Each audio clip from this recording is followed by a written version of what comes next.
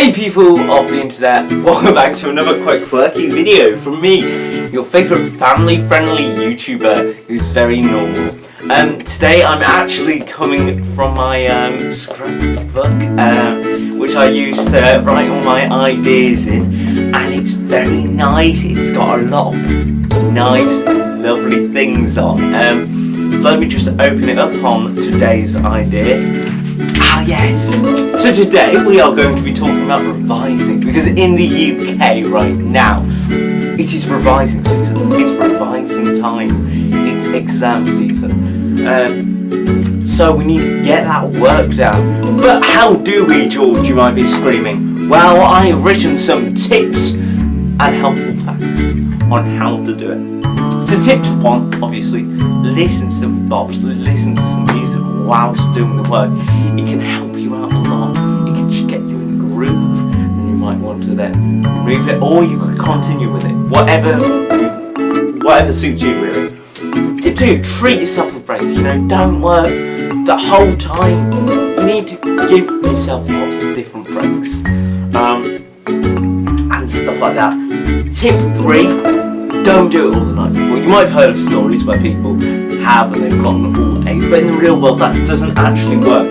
They're either fabricated or they're not true. Like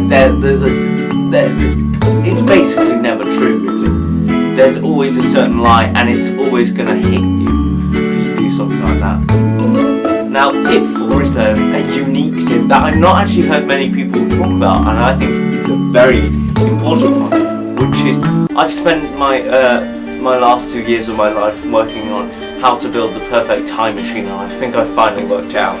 Now you might think, oh, it's just a boring old family-friendly YouTuber, and to that I say, yes I am, but I'm more than that in some ways. I'm also, a proper YouTuber. So I've spent ages in my life working on this code, working on this. And it's mad. People don't believe me when I say that I've figured out the code. I figured out the code to it all. Right. On here I've got all the writings of what it looks like is a madman. But let me tell you, I figured this out. So over here we've got the basic time travelling board.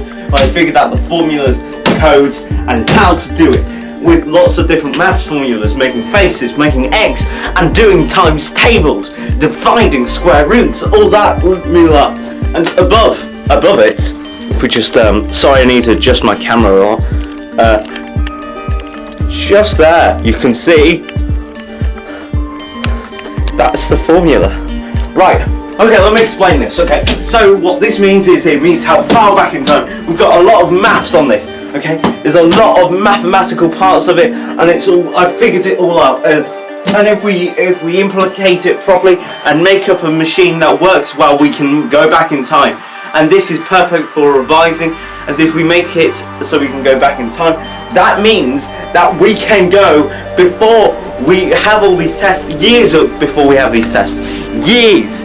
And then what we could do is we could revise for those years until we have the test, take them looking like an old man who wasted 2 years of his life revising for his GCSEs because he couldn't bother doing it in the first place normally. And then what we'll do is we'll pass those GCSEs and everything will go fine and perfectly.